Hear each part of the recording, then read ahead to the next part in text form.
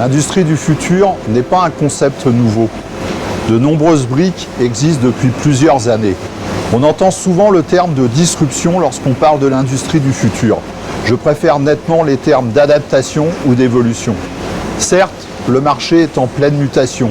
Diminution de la taille des lots, recours à la gestion par forecast, time to market de plus en plus réduit. L'industrie du futur doit apporter des réponses à ces nouvelles exigences clients. L'industrie du futur repose essentiellement sur 3 axes.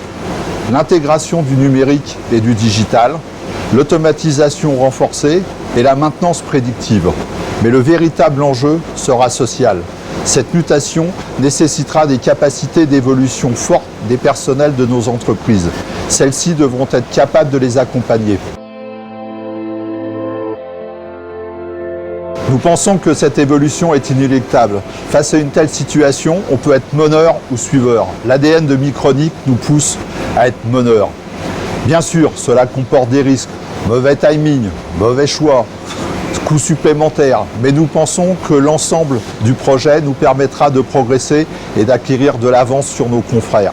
Pour nous, l'industrie du futur, c'est obligatoirement une opportunité et en aucun cas une menace. Le développement du projet Industrie du futur chez Micronic nous permettra de gagner en compétitivité et surtout en réactivité. L'évolution de la technologie, augmentation de l'utilisation des 0201, des 01, 005 nécessitera des investissements de plus en plus massifs afin de répondre aux nouvelles exigences clients et leur apporter une répétitivité avérée. La numérisation permettra plus facilement la traçabilité. Aujourd'hui, il est clair que la traçabilité s'étend à tous les secteurs de l'industrie et en aucun cas n'est réservée qu'à l'aéronautique et au médical. Nous ne nions pas qu'un tel projet nécessite des ressources humaines et financières significatives. Nous avons obtenu de la part de BPI un financement à hauteur de 750 000 € qui permet d'assumer la partie financière. Sur la partie ressources humaines, nous allons nous appuyer sur 2 pôles principaux. Le premier concerne TechGen 2, projet géré par WeNetwork à Angers. Il s'agit d'un projet collaboratif soutenu par l'État, associant différentes entreprises de notre secteur d'activité, notamment des groupes comme Eolan et Lacroix. Le but de TechGen 2 est de construire des projets industrie du futur déclinables pour l'ensemble de la filière électronique française. L'autre partie des ressources humaines s'appuiera sur un partenariat avec l'ICAM. Nous avons signé un accord sur une période de 18 mois portant sur le déploiement des AGV et des cobots.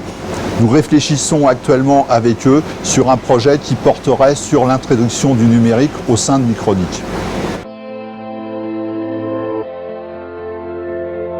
Nous avons commencé à investir en 2018 dans des AGV et des cobots. Le but en 2019 est de mettre en place des démonstrateurs afin de valider le fonctionnement de ce type d'équipement. D'autre part, nous avons prévu de recruter un ingénieur méthode afin de commencer à déployer les premières briques logicielles, base d'un futur MES. 2019 sera aussi l'année de la réflexion sur les locaux. Il est clair que l'industrie du futur nécessite des locaux parfaitement adaptés à l'automatisation et surtout à la gestion des flux au sein de l'entreprise. Notre projet global, nommé Révolution, s'étendra sur une période de 5 ans.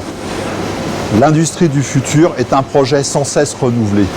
L'évolution des technologies, l'introduction de nouveaux moyens de production, l'amélioration de l'intelligence artificielle, le recours au big data nous obligera, tel Pénélope, à se remettre sans cesse sur l'ouvrage.